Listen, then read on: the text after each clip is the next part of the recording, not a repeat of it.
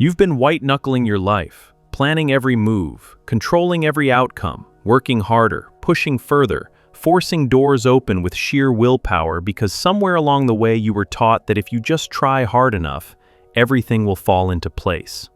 And maybe it even worked for a while. Maybe the forcing produced results. But something started shifting. The things you fought hardest for started falling apart. The plans you gripped tightest started slipping through your fingers. And lately there's this quiet, exhausting feeling you can't shake.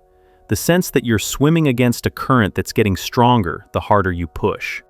Carl Jung experienced this himself. There was a period in his life when everything he'd built through intellect, ambition, and force began to collapse from the inside. His relationship with Freud shattered. His professional reputation was under siege. His inner world erupted into visions and experiences so destabilizing he thought he was losing his mind. And in that chaos, Jung discovered something that would reshape his entire understanding of human psychology.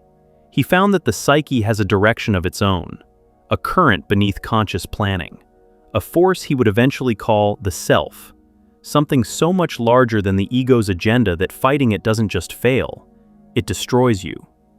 Jung spent the rest of his career documenting what happens when people surrender the ego's obsessive need to control and allow something deeper to guide them. He wasn't talking about passivity. He wasn't talking about giving up. He was describing a radical reorientation of the entire personality, from the ego as commander to the ego as servant of something it can barely comprehend. And what he found was that this surrender, this terrifying act of releasing control, was the single most transformative thing a human being could do. Today, I'm going to walk you through what Jung discovered about why we force everything, what it costs us psychologically and spiritually, what he meant when he talked about letting God guide you, and why the life that emerges when you finally stop gripping is more powerful, more aligned, and more authentically yours than anything your ego could have engineered alone. First, you need to understand what Jung saw when he looked beneath the surface of human ambition. Most people assume their drive to control comes from strength, from discipline, from a healthy desire to succeed. But Jung observed something far more uncomfortable. The compulsion to force outcomes almost always grows from a wound. Specifically, it grows from an early experience of powerlessness so overwhelming that the child's psyche made a decision, conscious or not, that they would never be powerless again. Think about someone who grew up in chaos, a household where the rules changed daily, where a parent's mood dictated whether the evening would be peaceful or terrifying, where nothing was predictable and safety was never guaranteed. That child learns something devastating about reality. The world is dangerous, and no one is steering this ship. So they decide, deep in their nervous system, that they will steer it. They will control everything they possibly can, because the alternative, surrendering to the unpredictable flow of life, feels identical to surrendering to the chaos that almost destroyed them. This is why your need to control isn't laziness or poor planning when things don't work. It's survival wiring. Your nervous system genuinely believes that if you stop forcing, everything will collapse. That if you loosen your grip, you'll fall. That if you trust anything other than your own effort, you'll be betrayed the way you were betrayed when you were small and dependent, and the people who should have provided safety didn't. Jung recognized this pattern in patient after patient.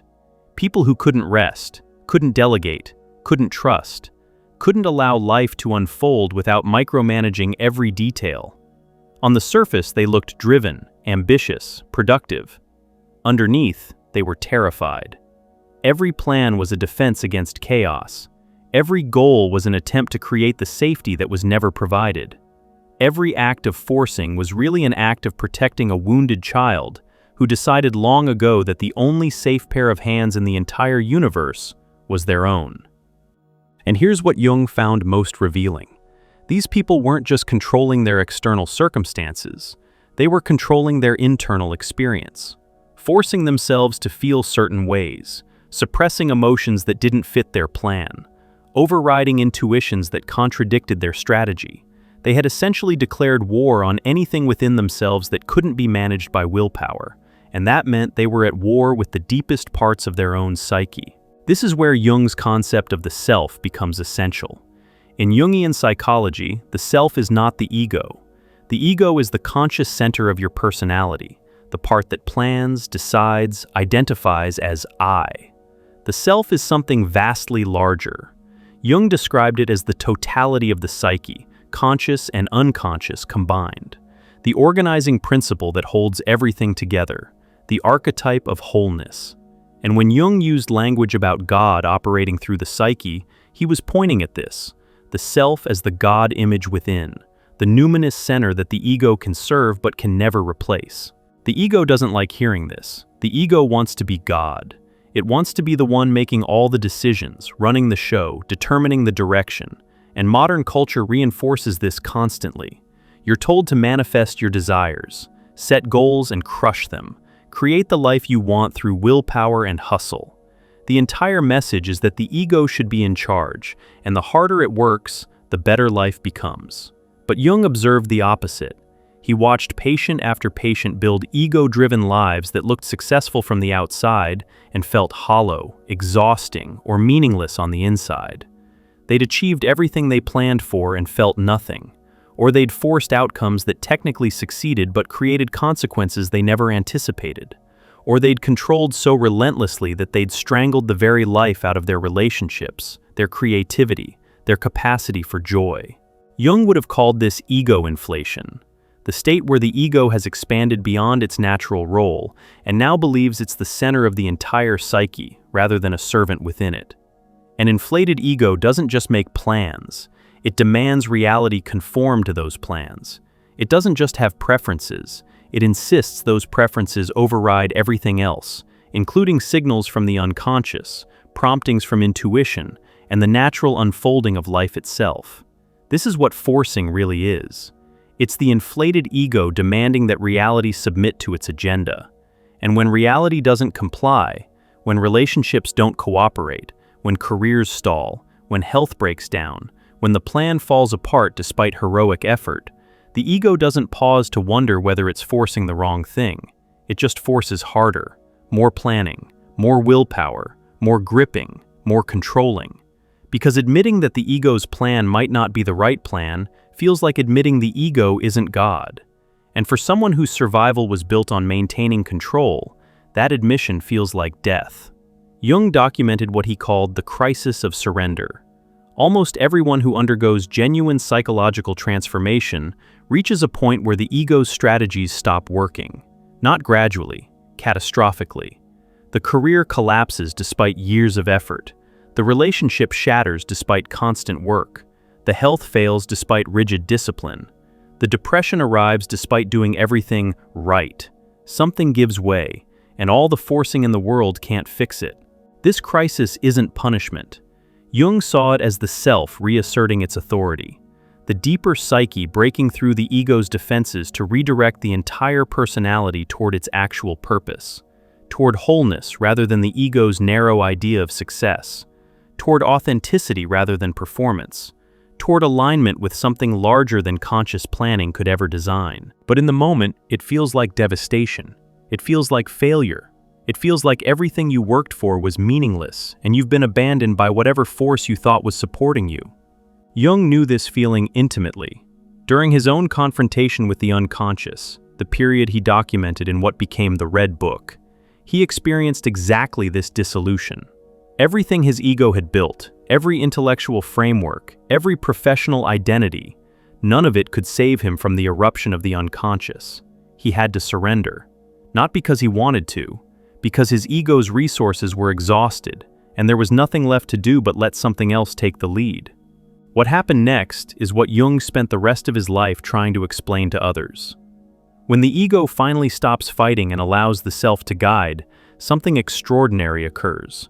Not magic, not instant ease, but a fundamental shift in how reality organizes itself around you.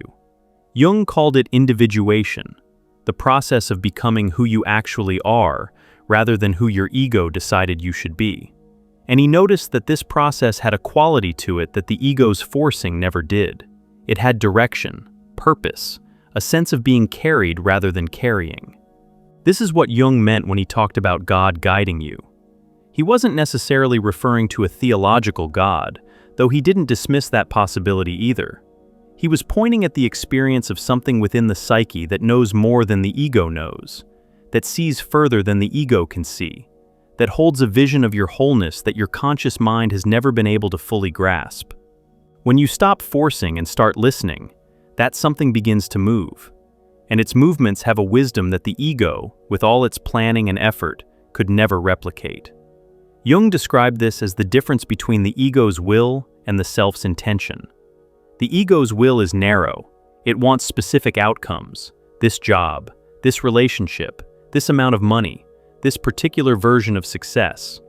And it forces reality toward those specific targets with everything it has. The self's intention is vast. It moves toward wholeness, integration, authenticity, purpose, and it uses whatever circumstances are available to get there, including circumstances the ego would never choose. This is why forced plans often collapse, not because you weren't trying hard enough, but because the ego was forcing you towards something smaller than what the self intended for you.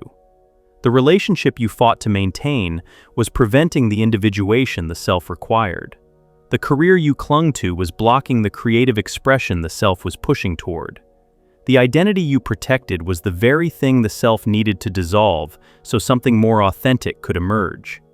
Jung observed this pattern so consistently that he developed a term for the meaningful events that occur when someone aligns with the self rather than the ego's agenda. He called it synchronicity, meaningful coincidences that carry psychological significance. When you stop forcing and start trusting the deeper current, things begin to align in ways that rational planning can't explain. The right person appears, the right opportunity emerges, the right information arrives exactly when it's needed. Not because the universe is rewarding you for good behavior, but because you've stopped swimming against the current, and the current was always heading somewhere meaningful. People who've experienced this describe it the same way. They say, "I stopped trying to make it happen, and it happened." Or, "I let go, and everything rearranged." Or, "I finally stopped pushing, and the door opened on its own." These aren't platitudes. They're descriptions of what occurs when the ego surrenders its insistence on being in charge and allows the self, what Jung might call the God within, to direct the journey. But here's the part nobody tells you. Surrender isn't a one-time event. It's not a decision you make once and then everything flows effortlessly forever. Jung was honest about this. Surrender is a practice you have to recommit to constantly because the ego doesn't give up power gracefully.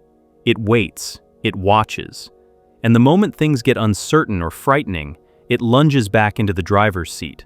More plans, more control, more forcing, and you're right back where you started, white-knuckling a life that was trying to carry you somewhere you couldn't go while gripping the wheel. The real work of surrender, as Jung described it, was learning to recognize the ego's panic as separate from actual danger. When you stop forcing and something uncertain happens, your ego will scream that you're making a mistake, that you need to take control immediately, that trusting anything beyond your own effort is naive and reckless. And that scream will feel completely real because it's wired into your nervous system from childhood. It's the same alarm that fired when you were small and helpless and no one was taking care of things. But you're not small anymore. And the thing asking you to trust it isn't the chaotic parent or the unpredictable household. It's the deepest, most organized center of your own psyche, the self. The part of you that existed before your ego formed and will exist after your ego's plans have dissolved. Trusting it isn't naive. It's the most psychologically mature thing you can do. Because it means recognizing that consciousness is larger than your conscious mind, and that the intelligence guiding your life extends far beyond what you can plan or control.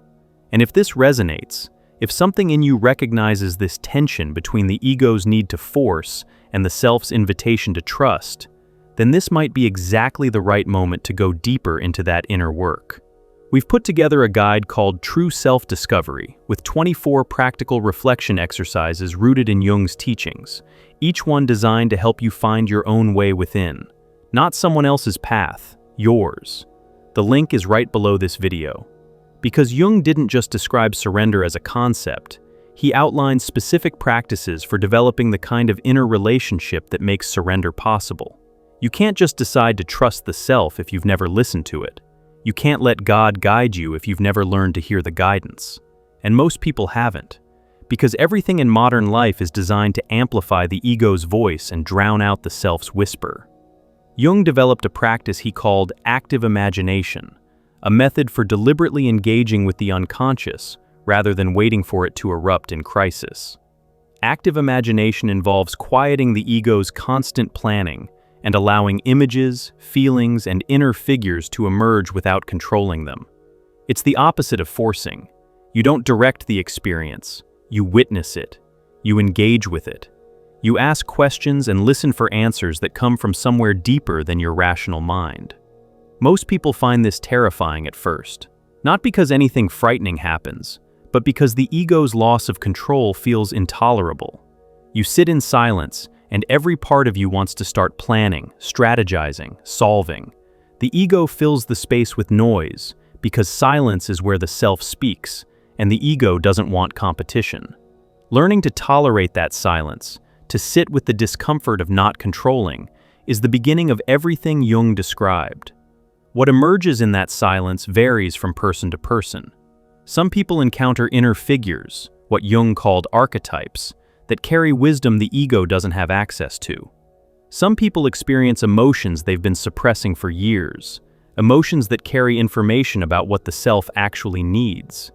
Some people receive images, dreams, sudden insights that reorient their understanding of their own lives. None of this is mystical in the way it sounds. It's the natural functioning of a psyche that's finally been given space to communicate. Jung also emphasized paying attention to dreams as a primary channel through which the self communicates. Dreams don't follow the ego's agenda. They bypass the ego entirely and present reality as the unconscious sees it. This is why dreams are often disturbing, confusing, or contradictory to your conscious beliefs. They're not operating from your plan. They're operating from the self's deeper knowledge of who you are and where you need to go. People who begin paying serious attention to their dreams often report something remarkable. The dreams begin to respond, as if the unconscious, having been ignored for years, becomes more articulate once it realizes someone is finally listening. Dreams become more vivid, more detailed, more clearly connected to waking life. They start offering guidance that the ego wouldn't have considered, showing paths the conscious mind never mapped, revealing truths the ego was working hard to avoid. This is what letting God guide you looks like in practice. It's not sitting on a couch waiting for lightning bolts of divine direction. It's developing an active, ongoing relationship with the deepest layers of your own psyche. It's learning to hear the self's communications through dreams, through intuitions, through synchronicities, through the body's signals, through the quiet knowing that arises when the ego's noise finally subsides. And the guidance that comes through this channel is qualitatively different from the ego's planning. The ego plans based on fear, on what might go wrong, on what needs to be prevented or controlled. The self guides based on wholeness, on what wants to emerge, on what the total personality, not just the conscious fragment, actually needs in order to fulfill its purpose. These are radically different orientations, and they produce radically different lives.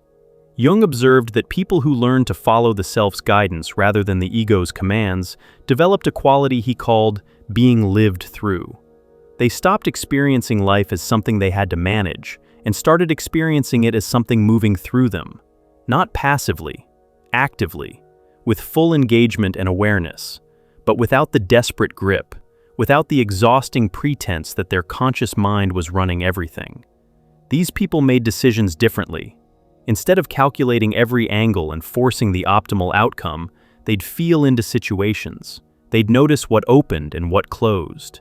They'd pay attention to inner promptings that didn't always make rational sense, but consistently led somewhere meaningful. And they'd trust that the current carrying them knew where it was going, even when they couldn't see the destination. This looks like foolishness to the ego-driven world.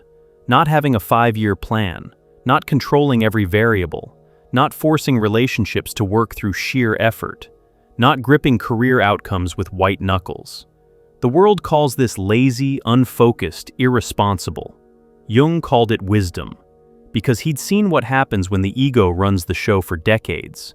exhaustion, emptiness, and the devastating realization that you forced your way into a life that was never actually yours. There's something else Jung noticed about people who surrendered ego control. They developed a relationship with timing that forced people never understand. Forcers operate on their timeline. They decide when something should happen and then push until it does. If the relationship isn't where they want it at 6 months, they force conversations. If the career isn't progressing fast enough, they push harder. If the healing isn't happening on schedule, they try new strategies. Everything is measured against the ego's clock. People who let the self guide them develop patience that looks supernatural to outsiders. Not because they don't care about outcomes, but because they've learned that the self's timing is different from the ego's timing, and the self's timing is consistently better. Things arrive when the psyche is actually ready for them, not when the ego demands them. Growth happens at the pace the whole person can integrate, not at the pace the conscious mind dictates. Opportunities emerge when the internal preparation is complete, not when the external plan says they should. Jung described this timing as kairos versus chronos. Chronos is clock time, the ego's linear measurement of progress. Kairos is the right time, the moment when internal readiness and external opportunity converge. Forcing operates on chronos, surrender operates on kairos. And the difference between the two is the difference between a life that looks impressive but feels empty, and a life that might not match the ego's blueprint but carries meaning in every moment. This doesn't mean you never take action. Jung was adamant about this distinction because he knew people would misunderstand surrender as passivity. Surrender isn't inaction, it's action aligned with something larger than the ego's fear-based agenda. You still work, you still create, you still make choices and take steps. But the energy behind those actions shifts from frantic forcing to purposeful flow. You act because something in you knows it's time, not because your ego is panicking about falling behind. You feel the difference in your body. Forced action carries tension, urgency, a tightness in the chest and shoulders. Aligned action carries clarity, presence, a sense of rightness even when the outcome is uncertain. Forced action exhausts you because you're fighting the current. Aligned action energizes you because you're moving with it, and the results are different too. Forced outcomes often crumble because they were built against the grain of what your life was actually trying to become. Aligned outcomes have staying power because they emerged from the deepest truth of who you are. Jung also found something profound about what happens to relationships when someone stops forcing. Forcers try to make people love them, try to make relationships work through effort and accommodation, try to earn connection by being indispensable. They grip relationships the same way they grip everything else, tightly, desperately, terrified that letting go means losing everything. When someone surrenders to the self's guidance, their relationships transform. They stop trying to force connection and start allowing it. They stop performing to earn love and start showing up authentically.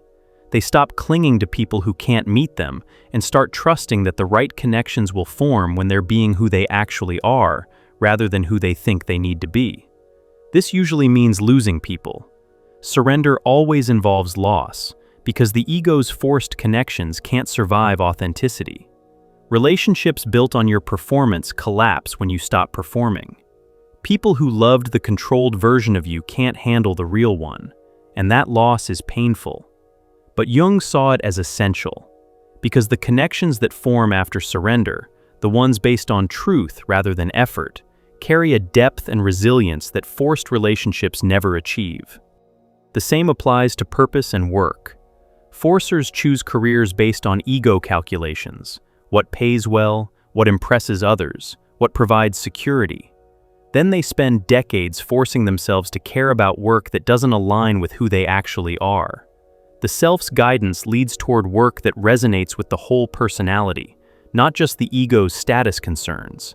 This might mean less money, less prestige, less external validation, but it carries something the ego's career never did: the feeling of being exactly where you're supposed to be, doing exactly what you were made to do.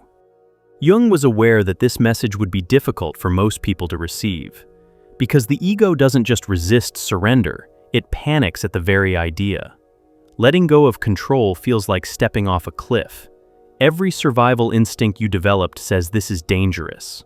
Every wound from childhood says trust nothing.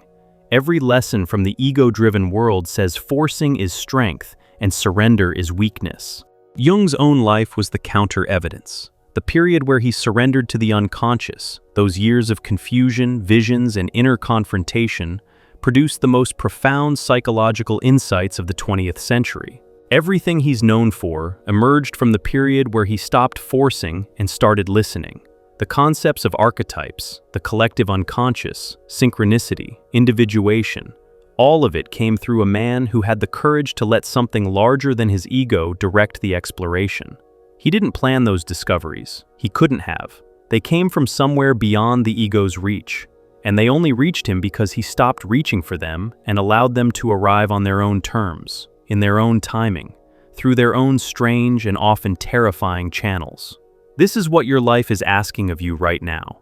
Not to give up, not to stop caring, not to become passive and wait for the universe to hand you things, but to loosen the grip, to recognize that your ego's frantic forcing has been running the show long enough, and the results, despite all that effort, haven't produced the peace or meaning you thought they would.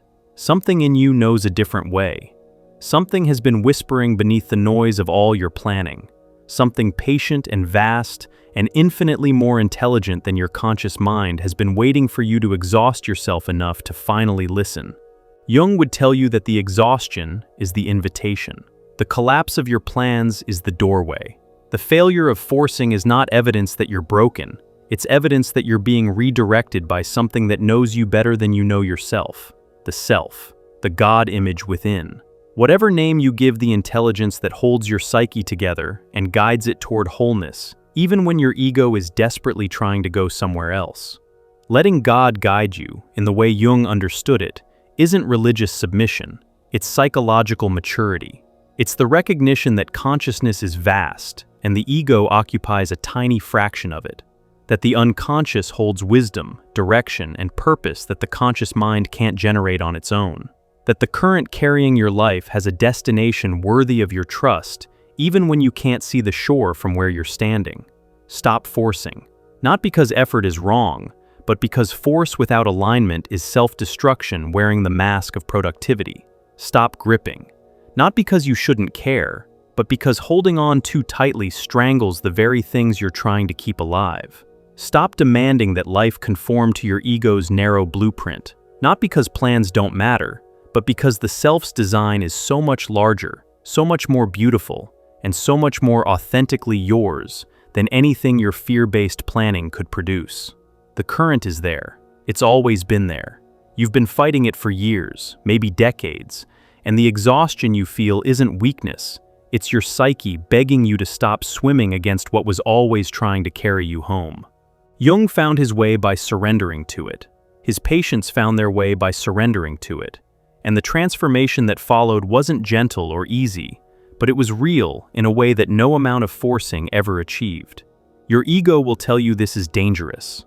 That's expected. Your ego was built to control, and asking it to step aside feels like asking it to die. But it doesn't die. It just moves from the throne to its proper place, a servant of something larger, a conscious participant in a journey it no longer needs to command. And in that repositioning, something opens. Space for the self to move. Space for guidance to arrive. Space for a life you couldn't have planned because it's better than anything your frightened ego could have imagined. That's what Jung discovered. That's what his own surrender taught him. And that's what becomes possible when you finally, after all the forcing and gripping and exhausting effort, let go. Not into nothing, into the hands of whatever holds you together when your own hands are too tired to hold anything at all. That's where the real life begins. Not the forced one, not the planned one, the one that was always waiting beneath all that noise for you to get quiet enough to hear it calling. If you haven't yet, we've created a guide called True Self-Discovery, with 24 reflection exercises drawn from Jung's teachings, each one a doorway into exactly this kind of inner listening. A way to stop forcing from the outside and start discovering from within. You'll find the link right below this video.